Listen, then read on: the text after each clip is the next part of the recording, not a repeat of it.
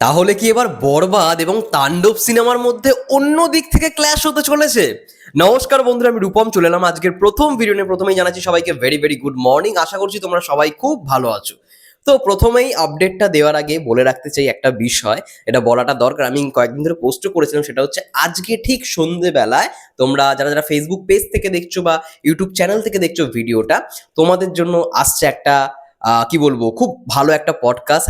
অনেক কিছু জানতে পারবে এবং সাকিব ভাইকে নিয়ে তো কথা হয়েছে, এবং সেই পডকাস্টটা হচ্ছে শ্রী স্বপন চৌধুরী স্যারকে নিয়ে, পরিচালক, প্রযোজক এবং তার সঙ্গে সঙ্গে তিনি একজন কন্টেন্ট ক্রিয়েটার। তো তার ব্যাপারে তোমরা অনেক কিছু জানতে পারবে এবং তার সঙ্গে সঙ্গে অনেক অজানা তথ্যও জানতে পারবে।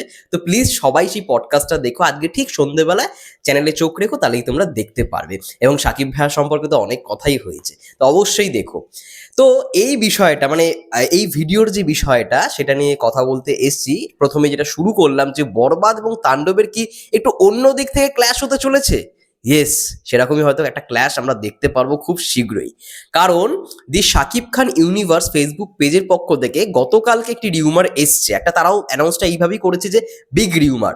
এবং আমি মানে যতগুলো শাকিব ভাইয়ার এরকম ফ্যান পেজ রয়েছে বা মানে যারা এরকম আপডেট দেয়, সেইগুলোর মধ্যে থেকে সব থেকে বেশি বিশ্বাস করি এই পেজটাকে, দি শাকিব খান ইউনিভার্স।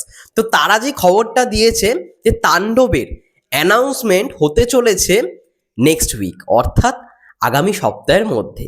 এবার আমরা সবাই জানি আগামী সপ্তাহের মধ্যেই বরবাদের একটা কিছু আসছে।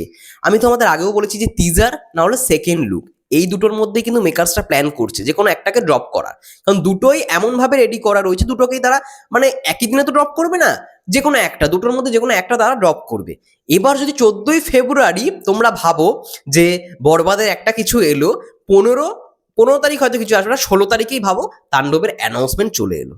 তাহলে ভাবো মানে এই প্রথমবার ফর দ্য ফার্স্ট টাইম এমন হতে চলেছে যে সাকিব ভাইয়ের দুটো আপডেট, অফিসিয়াল আপডেট একটা দিন অন্তর আমরা পেতে চলেছি। এবার নেক্সট উইক মানে সেটা হতেও পারে 14 তারিখের আগে, আবার নেক্সট উইক মানে এটাও হতে পারে 14 তারিখের পরে। কিন্তু হ্যাঁ, একটা উইকের মধ্যেই কিন্তু দুটো জিনিসের ক্ল্যাশ হচ্ছে, বরবাদ এবং তাণ্ডব।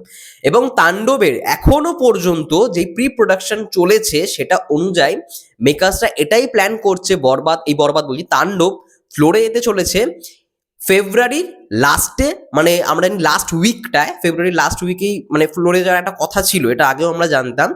আর যদি না হয় তাহলে মার্চের একদম শুরুতে, মানে ফেব্রুয়ারি মাস এখন চলছে, ফেব্রুয়ারি মাস শেষ হওয়ার সময় মানে তাণ্ডব ফ্লোরে যেতে পারে। এবং মার্চ মাসের শুরুতে হয়তো ফ্লোরে যেতে পারে, খুব বেশি হলে এপ্রিলে শ্যুট শেষ হবে। এপ্রিলে শ্যুট শেষ হওয়ার পরে সেটা পোস্ট প্রোডাকশন এবং প্রমোশনের জন্য টাইম নেবে, যেহেতু আমরা জানি তাণ্ডব এসভিএফ যুক্ত রয়েছে, মানে এসভিএফ চরকি আলফাই একটু হলেও প্রমোশন হবে আমরা জানি। যেমন মানে তুফানের ক্ষেত্রেও হয়েছিল, প্রেস কনফারেন্স থেকে শুরু করে সমস্ত কিছু হয়েছিল।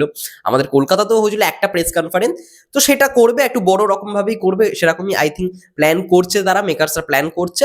এবং সর্বশেষে তাণ্ডব রিলিজ পাবে কুরবানি ঈদে।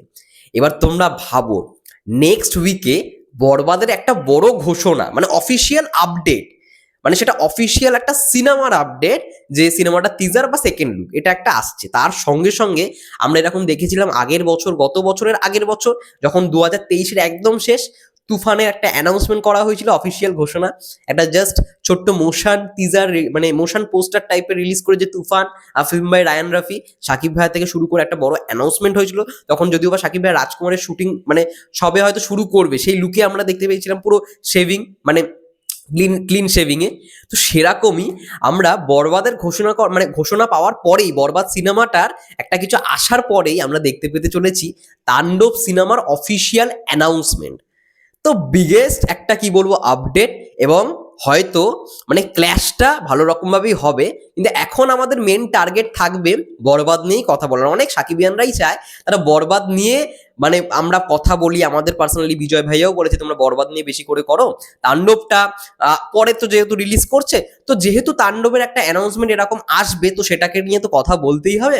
যে তোমাদের জানিয়ে রাখলাম যে হ্যাঁ, পরের সপ্তাহে কিন্তু আমরা দুটো আপডেট পেতে চলেছি। এখন যেরকম মানে সেরকম কিছু আপডেটই নেই, কিন্তু পরের সপ্তাহ থেকে মানে ফেব্রুয়ারির মিড থেকে অলরেডি মানে বরবাদের তো প্রমোশন শুরু হয়েই যাবে, বরবাদের অনেক আপডেট আসা শুরু হয়ে যাবে, কিন্তু তাণ্ডবের অ্যানাউন্সমেন্টটা যত তাড়াতাড়ি হওয়া সম্ভব ওটা হওয়াটা দরকার, কারণ এখনো পর্যন্ত তাণ্ডবের যেহেতু অফিসিয়াল অ্যানাউন্সমেন্ট হয়নি, তো অফিসিয়াল অ্যানাউন্সমেন্টটা হয়ে যাওয়া দরকার, তারপরে নয় আমরা বরবাদ নিয়েই কথা বলি না, তাণ্ডব যখন আসবে তো তাণ্ডব যখন ফ্লোরে যাবে তখন নয় কথা বলবো, যেমন এখন আমরা বরবাদ নিয়ে কথা বলছি।